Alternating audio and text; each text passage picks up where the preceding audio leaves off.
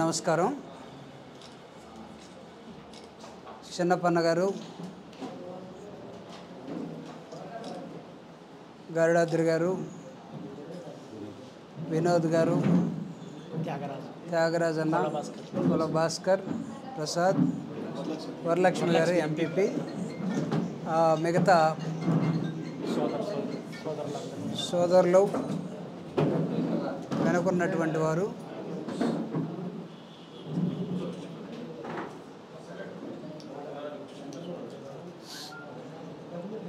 రాష్ట్రంలో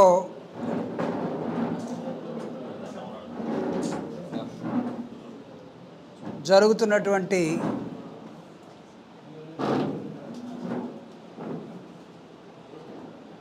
గత 3 సంవత్సరాలుగా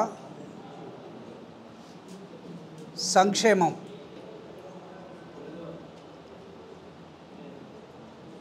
ఇది రాజశేఖర రెడ్డి గారు ఉన్నప్పటి నుంచి ప్రత్యక్ష రాజకీయాల్లో ఉన్నటువంటి నేను,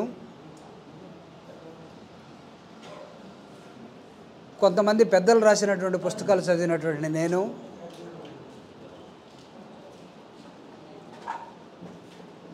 భారత రాజ్యాంగం డాక్టర్ బాబాసాహెబ్ అంబేద్కర్ ఇచ్చినటువంటి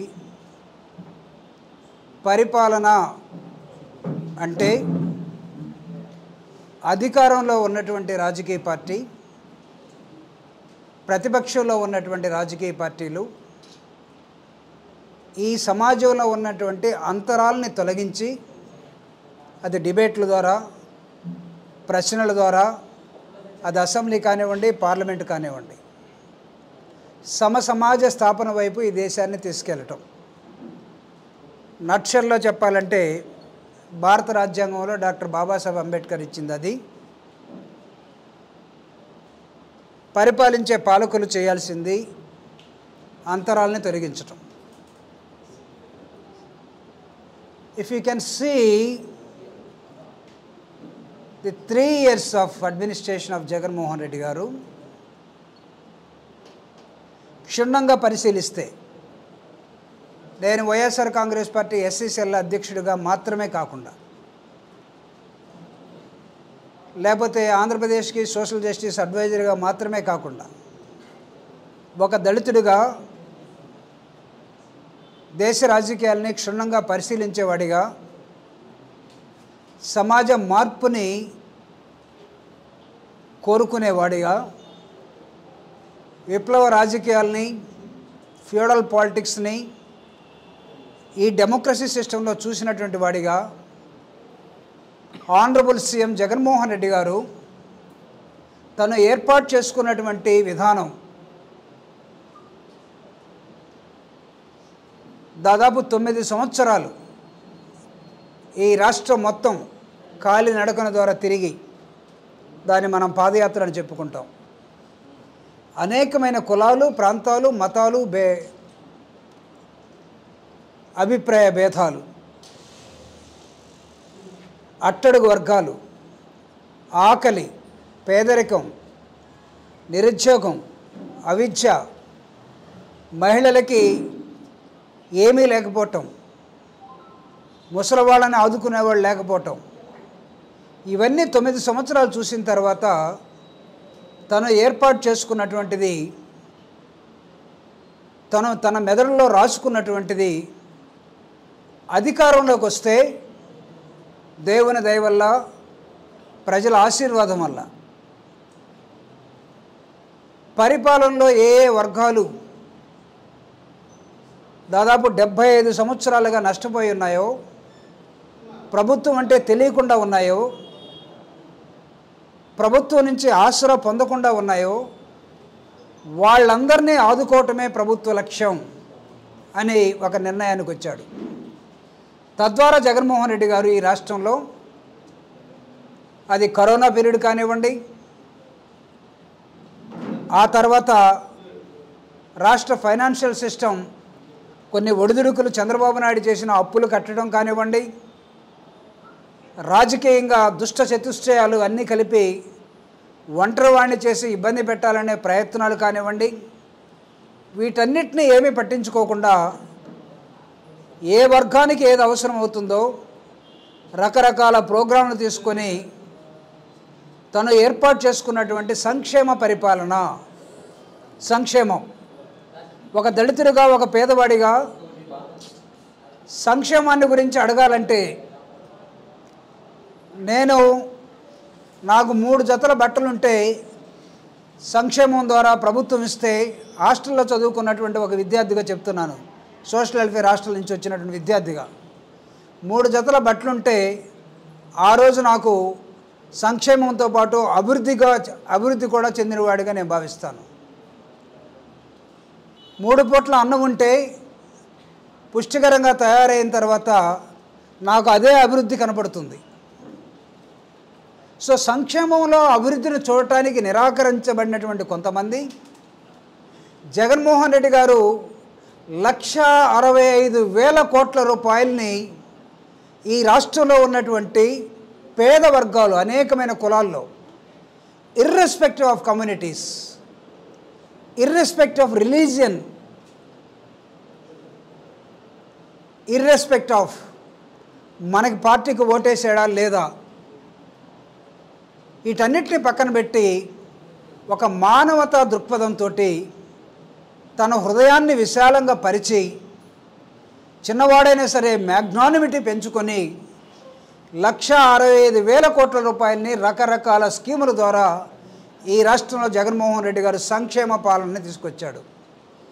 దీన్ని కొంతమంది వేరే విధంగా మాట్లాడుతున్నారు. నేను కమాన్ ఐఎమ్ ఛాలెంజింగ్. వాళ్ళకి నా ఛాలెంజ్ ఏంటంటే సంక్షేమం మీద మాట్లాడటానికి నాతో ఎవడైనా కూర్చుంటాడా, అది తెలుగుదేశం కానీ లేకపోతే దుష్ట చతుష్టయంలో ఉన్నటువంటి మీడియా కానీ లేకపోతే ఎల్లో కానీ, వీళ్ళందరూ కూడా. అమర్త్య సేన్ ఒక మాట చెప్తాడు, మీకు నేను ఈ మాట చెప్పి నా ఉపన్యాసాన్ని కూడా చాలా షార్ట్ కట్ చేస్తాను. నోబెల్ బహుమతి గ్రహీత అమర్త్య సేన్ ఏం చెప్తాడంటే, ప్రపంచం మొత్తం మీద ప్రజాస్వామ్యం ఎలా ఉండాలంటే పబ్లిక్ డిస్ట్రిబ్యూషన్ సిస్టమ్ స్పష్టంగా ఏ నాయకుడైతే చేయగలుగుతాడో ఆ నాయకుడు ప్రజానాయకుడిగా విరాజిల్లబడతాడు. ఎప్పుడో తుఫాన్ వస్తే, భూకంపం వస్తే ఎఫ్సిఐ గూడెంలో ఉన్న వస్తువుల్ని టగటగా పంచండి, ఎంఆర్ఓలను పిలవండి, ఆర్డీఓలను పిలవండి కాదు. నిరంతరం నాయకుడు చేయాల్సిన పని ఏంటంటే ప్రభుత్వం దగ్గర ఉన్నటువంటి ప్రతి నయా పైసాని అనేక సందర్భాల్లో ప్రజలకు వాడగలిగి తద్వారా ప్రజలు పైకి అభివృద్ధి చెందుతున్నారని చెప్పగలిగినటువంటి నాయకుడే నిజమైనటువంటి ప్రజాస్వామ్యవాదని అమర్త్య సేన్ చెప్తాడు. అంబేద్కర్ గారి గురువైనటువంటి John Dewey, Columbia University, New York, ఈ డెమోక్రసీ ఎలా ఉండాలి అని ఒక డిఫైన్ చేసిన వ్యక్తి. సైకలాజికల్గా ఎడ్యుకేషన్ ఎలా ఉండాలి అని చెప్పినటువంటి John Dewey doctor Babasaheb Ambedkar ప్రకారం ప్రజాస్వామ్యం అంటే అంతరాలను తీసేయటమే. ఈరోజు జగన్మోహన్ రెడ్డి గారు 1,65,000 కోట్ల రూపాయలని ఏ ఒక్క వర్గానికో ఇవ్వలేదు, అనేకమైన వర్గాలకి, దట్టు ఉమెన్ ఎంపవర్మెంట్ కోసం. మహిళలు సాధికారిత సాధిస్తే తల్లి తపన పడే విధానం పిల్లల కోసం, పిల్లల చదువు కోసం, పిల్లల భవిష్యత్తు కోసం తండ్రి కన్నా తల్లి బాధ్యత ఎక్కువ ఉంటుందని డాక్టర్ బాబాసాహెబ్ అంబేద్కర్ చెప్పాడు. దాన్ని తూచే తప్పకుండా జగన్మోహన్ రెడ్డి గారు పాటిస్తూ ఉన్నారు. ఈ మొత్తాన్ని కలిపి చూసినప్పుడు నా భాషలో చెప్పాలంటే జగనన్న ఆలోచన విధానం వర్ధిల్లాలి.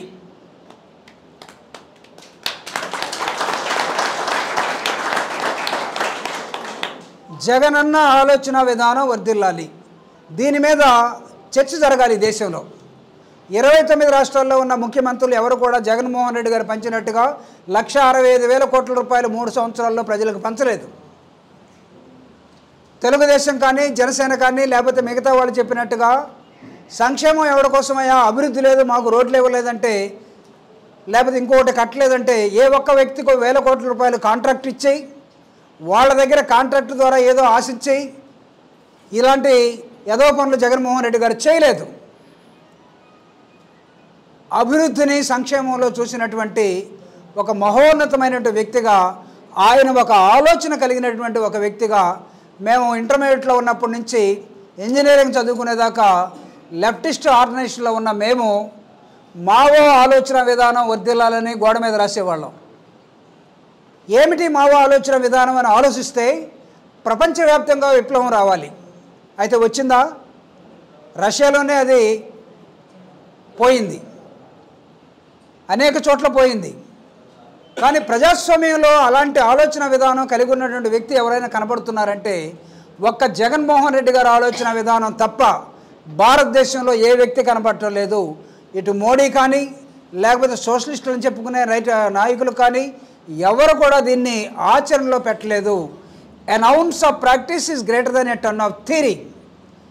ఎంతైతే నువ్వు ప్రాక్టికల్గా చూపిస్తావో, ఏ తల్లులకైతే నువ్వు అమ్మఒడినో ఆసరానో లేదా ఏ ఆడబిడ్డనైతే ఆదుకుంటావో, ఏ వ్యక్తికైతే గూడు లేని వారికి గూడు కట్టిస్తావో, ఈరోజు నేను అడుగుతూ ఉన్న 40 సంవత్సరాల నుంచి రాజకీయాల్లో ఉన్నటువంటి చంద్రబాబు నాయుడు గారు కానివ్వండి, 14 సంవత్సరాలు ముఖ్యమంత్రిగా చేసిన చంద్రబాబు నాయుడు గారు కానివ్వండి, ఎందుకు ఇంకా 32 లక్షల ఇళ్ళు జగన్మోహన్ రెడ్డి గారు ఇస్తే తీసుకోవడానికి సిద్ధంగా ప్రజలు ఉన్నారు? మీరు మేధావులని చెప్తున్నారు కదా, మేము ఎకానమిస్టులం అని చెప్తున్నారు కదా. బిల్ గేట్స్ని మేమే తెచ్చాం, సింగపూర్ని మేమే తెచ్చాం, హైటెక్ సిటీని మేమే కట్టాం, అసలు మేము లేకుండా ఏమీ లేదని చెప్తున్నటువంటి వాళ్ళకి ఈ సంక్షేమ కార్యక్రమాలను మీరు ఎందుకు చూడటం లేదు? కాబట్టి మీరందరూ కూడా ఒక వర్గానికి సంబంధించినటువంటి ఫ్యూడల్ వ్యక్తులు. మీరు జగన్మోహన్ రెడ్డి గారు ఒక సమూహానికి సంబంధించినటువంటి ఒక గొప్ప ప్రజాస్వామికవాది.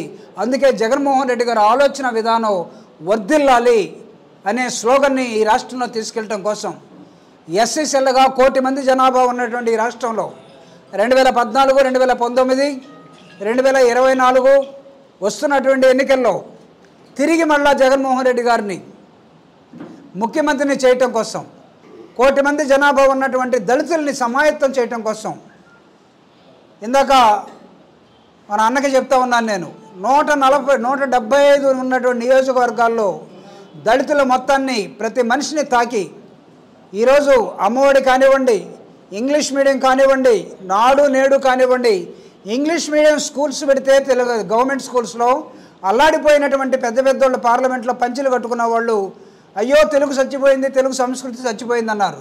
కానీ వాళ్ళ పిల్లలు మాత్రం నారాయణలో చదవాలి, వాళ్ళ పిల్లలు మాత్రం చైతన్యాలో చదవాలి. మిగతా ఎస్సీ ఎస్టీ పిల్లలు, పేద వర్గాలు, బీసీలు వీళ్ళందరూ మాత్రం ఎక్కడో గవర్నమెంట్ స్కూల్లో తెలుగు మాత్రమే నేర్చుకోవాలి. ఈరోజు ఇంగ్లీష్కి సిద్ధపడుతున్నటువంటి పేద వర్గాలు ప్రభుత్వం ద్వారా ఎన్ని ఛాలెంజ్లు వచ్చినా, సుప్రీంకోర్టు దాకా వెళ్ళినా జగన్మోహన్ రెడ్డి గారు చివరిగా చెప్పిన మాట ఏంటంటే, మీరు సుప్రీంకోర్టుకైనా వెళ్ళండి, ఎక్కడికైనా అవసరమైతే మీరు యునైటెడ్ నేషన్స్కి వెళ్ళండి, కానీ నేను మాత్రం ఇంగ్లీష్ మీడియాన్ని కొనసాగించి తీరుతాను. ఎలా కొనసాగిస్తానంటే, కోర్టుల ద్వారా మీరు ఆపితే నేను సిబిఎస్ఈ సిలబస్ పెడతాను. సిబిఎస్ఈ సిలబస్ని ఎవడు ఆపలేడు. పబ్లిక్ సెక్టర్లో కేంద్రీయ విద్యాలయాల్లో సిబిఎస్ఈ సిలబసే ఉంటుంది, సెంట్రల్ సిలబస్. అది నేను పెడతాను. అప్పుడు మీరేం చేస్తారంటే ఎవడో కూడా నోరు తెరవలేదు. అంటే వాళ్ళ పని మనుషులుగా తయారు చేసే ఒక యంత్రాంగాన్ని తెలుగు మీడియంలోనే ఉంచాలి. పేదవాడు మొత్తం తెలుగులోనే చదవాలి. వాళ్ళ కుక్కలను కాయటం కోసం, వాళ్ళ పశువులను కాయటం కోసం, వాళ్ళ ఇంట్లో పని మనుషుల కోసం, గన్మెన్ల కోసం పేదవాడు తెలుగు మాత్రమే నేర్చుకోవాలి, ఇంగ్లీష్ నేర్చుకోకూడదు అనే విధానాన్ని తీసి దిబ్బలో వేసి ఈరోజు మొత్తం రాష్ట్ర వ్యాప్తంగా ఇంగ్లీష్ మీడియాన్ని ఇంట్రడ్యూస్ చేసినటువంటి జగన్మోహన్ రెడ్డి గారు. అంబేద్కర్ ఇక్కడ ఏం చెప్తాడంటే, if you know English, if you can talk in English, నువ్వు ఎలా గౌరవించబడతావంటే సమాజంలో పులి పాలు తాగిన వాడు ఎంత శక్తివంతంగా ఉంటాడో ఇంగ్లీష్ వచ్చిన వాడు అంత శక్తివంతంగా ఉంటాడంటాడు డాక్టర్ బాబాసాహెబ్ అంబేద్కర్. పేద వర్గాలు ఈరోజు ఇంగ్లీష్ని తీసుకున్నాయి. చూడండి, ఆఫ్టర్ 10 years, ఫర్ ఎగ్జాంపుల్ సత్యం రామలింగరాజు ఒక ఎగ్జాంపుల్ మాత్రమే. బీయింగ్ ఏ మెకానికల్ ఇంజనీర్, ఒక మినిస్టర్ ఆఫ్ డిఫెన్స్లో 18 సంవత్సరాలు అప్ టు డీజీఎంగా పనిచేసినటువంటి వ్యక్తి దాకా ఇంగ్లీష్ వస్తే, ఇంగ్లీష్ నేర్చుకుంటే, ఇంగ్లీష్లో మాట్లాడగలిగితే నీకుండే గౌరవం వేరు. అందుకే పూలే ఒక మాట అంటాడు, English is a linking language to the globe. ప్రపంచం మొత్తాన్ని కనెక్ట్ చేయగలిగినటువంటి లాంగ్వేజ్ ఇంగ్లీష్ అంటాడు. సత్యం రామలింగరాజు సత్యం కంప్యూటర్స్ పెట్టిన తర్వాత ఇంగ్లీష్ వచ్చిన కుర్రవాళ్ళని సెలెక్ట్ చేసుకొని అమెరికా కొంతమందిని, రష్యా కొంతమందిని, జర్మనీ కొంతమందిని, ప్రపంచవ్యాప్తంగా వాళ్ళందరినీ పంపించేసి అక్కడ ఉద్యోగాలు ఇస్తే ఆ కుటుంబాలు ఆంధ్రప్రదేశ్లో కానీ తెలంగాణలో కానీ పొలాలు కొనుక్కొని ఇళ్ళు కట్టుకొని అద్భుతంగా డబ్బు సంపాదించుకొని హాయిగా ఉన్నటువంటి వాళ్ళు. ఎవరి రామలింగరాజు ఎందుకు నారాయణ స్కూల్లో చదివేటువంటి వాళ్ళని సెలెక్ట్ చేసుకున్నాడు? నారాయణ స్కూల్లో ఇంగ్లీష్ మీడియం ఉంది, చైతన్యలో ఇంగ్లీష్ మీడియం ఉంది, నలందలో ఇంగ్లీష్ మీడియం ఉంది, ప్రభుత్వ బడుల్లో ఇంగ్లీష్ లేదు. కాబట్టి జగన్మోహన్ రెడ్డి గారు తన బిడ్డలు ఎలా ఇంగ్లీష్లో చదువుతున్నారో, తను ఎలా ఇంగ్లీష్ మీడియంలో చదివి మాట్లాడగలుగుతున్నాడో, ఈ రాష్ట్రంలో ఉన్నటువంటి ప్రతి పేదవాడు కూడా ఇంగ్లీష్లో మాట్లాడాలి. పేదవాడికి మనం ఇవ్వగలిగినటువంటి ఆస్తి విద్య మాత్రమే. ఆ విద్య కూడా ఇట్స్ ఎ లింకింగ్ లాంగ్వేజ్, దాన్ని ఇస్తున్నాడు. అందుకే జగనన్న ఆలోచన విధానాన్ని వర్ధిల్లాలి, దీని మీద చర్చ జరగాలి, రౌండ్ టేబుల్ కాన్ఫరెన్స్లు పెట్టి రెండు వైపులా మాట్లాడండి. జగన్మోహన్ రెడ్డి గారు ఆలోచన విధానం ఏంటి? ఏమైనా మావో ఆలోచన విధానమా, లేకపోతే ప్రజాస్వామిక విధానమా, లేకపోతే అంబేద్కర్ ఆలోచన విధానమా, పూలే ఆలోచన విధానమా, లేకపోతే ఈ దేశాన్ని 75 సంవత్సరాలు అయిపోయి ఇంకా మనం అభివృద్ధి చెందుతున్న దేశం అని చెప్పుకొని నిన్నగాక మనం జరుపుకునే ఉత్సవాల్లో ఇంకొక 25 సంవత్సరాల తర్వాత ఈ దేశం డెవలప్డ్ కంట్రీగా ఎదుగుతుందట. అంటే 75 ఇంకొక 25 100 సంవత్సరాల తర్వాత కూడా మన బుర్రకి ఏమి అందనటువంటి పాలకులు మన దేశంలో తయారైపోయారు. జెండాలు కట్టుకున్నారు ప్రతి ఇంటికి. నేను అడుగుతూ ఉన్నా, జెండాలు అయితే ఇళ్ళకు వచ్చాయి, ఎక్కడి నుంచో కాంట్రాక్ట్ ఇచ్చాడు, ఎవడో చేశాడు. కానీ ఆ జెండా గుడ్డంతా గోసిపెట్టుకోవడానికి కూడా లేనటువంటి జనం ఈ దేశంలో ఉన్నారు. వాళ్ళ గురించి ఏం మాట్లాడాలి? ఉత్సవాలు చేయాలా, చర్చలు జరపాలా? ఈ దేశం ఎటు తీసుకెళ్తా ఉన్నారు? జగన్మోహన్ రెడ్డి గారి ఆదర్శం, జగన్మోహన్ రెడ్డి గారి ఆలోచన విధానం, జగన్మోహన్ రెడ్డి గారి సోషలిస్టిక్ ప్యాటర్న్, జగన్మోహన్ రెడ్డి గారు అంబేద్కర్ ఆలోచన విధానం నడుస్తున్న విధానం, వీటన్నిటినీ క్రోడీకరించి చూసినప్పుడు ఈయన ఒక పెద్ద ఆలోచన పరుడుగా కనబడుతూ ఉన్నాడు. ఒక సామాజిక మార్పుకి దారితీస్తూ ఉన్నాడు. ఎన్ని అడ్డంకులు వచ్చినా, ఎన్ని కేసులు వచ్చినా ఎవరికీ భయపడకుండా హిమాలయ పర్వతాలంతా శక్తివంతమైన సోనియా గాంధీని నాకు ఫ్లైట్ టైం అయిపోతుంది, నేను మీ దగ్గర ఉండలేనని చెప్పి వచ్చి ఈ రాష్ట్రంలో ప్రత్యేకమైనటువంటి ఒక పార్టీని ఓదార్పు యాత్ర ద్వారా లేకపోతే సంకల్ప యాత్ర ద్వారా నిర్మించి ముఖ్యమంత్రి అయినటువంటి జగన్మోహన్ రెడ్డి గారు లాంటి అద్భుతమైన పరిపాలకుడు ఇంకొక చోట ఉద్భవించాలని కూడా మనం కోరుకోవాలి. కేజ్రీవాల్ ఒకవైపు కనబడుతూ ఉన్నాడు. ఏమవుతుంది మిగతా వాళ్ళకి? సెంట్రల్ గవర్నమెంట్లో ఎందుకు కనపడటం లేదు? మిగతా రాష్ట్రాల్లో ఎందుకు కనపడటం లేదు? ఈరోజు ఒక పేదవాడిని అభివృద్ధి చేయటం మాత్రమే కదా పరిపాలన అంటే. ఎలక్షన్లు వచ్చినప్పుడు అంతస్తులు ఉన్న వాడి దగ్గరికి పోయి ఓట్లు అడగం కదా, స్లమ్స్ దగ్గరికే వెళ్ళి ఓట్లు అడుగుతాం, మాలమాదిగ పల్లెలకు వెళ్ళే ఓట్లు అడుగుతాం, వాటిని ఓటు బ్యాంకులని పిలుస్తాం. అంటే మిగతా అసలు బ్యాంకుల్లో వీళ్ళకి లోన్ కూడా ఇవ్వరు, అకౌంట్ కూడా ఇవ్వరు. కానీ ఎలక్షన్ వచ్చేసరికి వీళ్ళందరినీ వాళ్ళ ఓట్లను తీసుకొని పరిపాలన గాలి కొదిలేసి పోయినటువంటి గతంలో ఉన్నటువంటి నాయకుల కన్నా భిన్నంగా పనిచేస్తున్నటువంటి జగన్మోహన్ రెడ్డి గారి ఆలోచన విధానాన్ని ఇప్పుడు మనం ముందుకు తీసుకెళ్లాల్సిన అవసరం ఉంది. ఇది జస్ట్ లైక్ దట్. ఈ పరిపాలన గురించి చెప్పడం మాత్రమే కాదు, దీన్ని ఆయనతో పాటు మనం కూడా ఆలోచించి ముందుకెళ్లాల్సిన అవసరం ఉంది. జగన్ అంటే ఒక్కడే కాదు. ఫర్ ఎగ్జాంపుల్ మీకు అలెగ్జాండర్ స్టోరీ ఒకటి చెప్పి నేను ముగిస్తాను. ప్రపంచాన్ని జయించాలని బయలుదేరినటువంటి అలెగ్జాండర్ చక్రవర్తి ఒక ఊరిని జయించి ఇంకొక చోటుకి వెళ్ళే క్రమంలో పొరపాటున రూట్ మ్యాప్ ఆ ఊర్లోనే పెట్టి ఆ రాత్రి అక్కడ ఉంటే ఆయన విధానం ఏంటంటే ఒక ఊరిని జయిస్తే అలెగ్జాండర్ ఫోటో ఒకటి పెట్టి స్టాచ్యూ పెట్టి వెళ్ళిపోతారు. అలెగ్జాండర్ వచ్చిన తర్వాత అదే ఊరిలో వచ్చి ఈ ఊరిని మనం గెలిచాం కదా, ఈ ఊరిని జయించాం కదా, అలెగ్జాండర్ ఫోటో లేకుండా స్టాచ్యూ లేకుండా ఉంది, ఎవడరా మంత్రి అని పిలిచి ఆ మంత్రికి కత్తి తీసి పొడవటానికి ప్రయత్నం చేస్తే మహారాజా ఒక్క నిమిషం ఆగండి అన్నాడు. ఏం జరిగిందంటే, మీరేమడుగుతున్నారు? అలెగ్జాండర్ ఫోటో ఎక్కడా, అలెగ్జాండర్ స్టాచ్యూ ఎక్కడా? నాకు ఒక్క 2 నిమిషాల సమయం ఉండి చూపిస్తానన్నాడు ఆ ఊరి పెద్ద. ఏం చేశాడు తెలుసా? ఒక్కసారి మైకి తీసుకొని అలెగ్జాండర్ అని ఒక పిలిపిస్తే ఆ ఊర్లో నుంచి ప్రతి ఒక్క ఇంటిలో నుంచి ఒక్కొక్క కుర్రవాడు వచ్చి కొన్ని వేల మంది నిలబడ్డారట. ఇదిగో నువ్వు గెలిచిన ఊర్లో ఉన్నటువంటి అలెగ్జాండర్స్ వీళ్ళందరూ, నువ్వు అడుగుతుంది ఒక స్టాచ్యూ, కానీ మేము నిర్మించింది వేల మందిని నిర్మించాం. జగన్మోహన్ రెడ్డి గారికి అండగా లక్షలాది మంది జగన్మోహన్ రెడ్డి గారు ఈ రాష్ట్రంలో ఈ దేశంలో ఉండాలని కోరుకునే క్రమంలో, అంకిత భావంతో పనిచేసే క్రమంలో ముందుకెళ్ళాలి. ఆయన ఆలోచన విధానాన్ని మనం ఎన్ని అడ్డంకులు వచ్చినా ఎవడొచ్చినా సరే ముందుకు నడిపించే క్రమంలో మనం జగనన్నని మళ్ళా రెండవసారి మూడవసారి గెలిపించుకోవడం కోసం సిద్ధంగా ఉండాలని తెలియజేస్తూ ముగిస్తూ, ఎనీ క్వశ్చన్స్?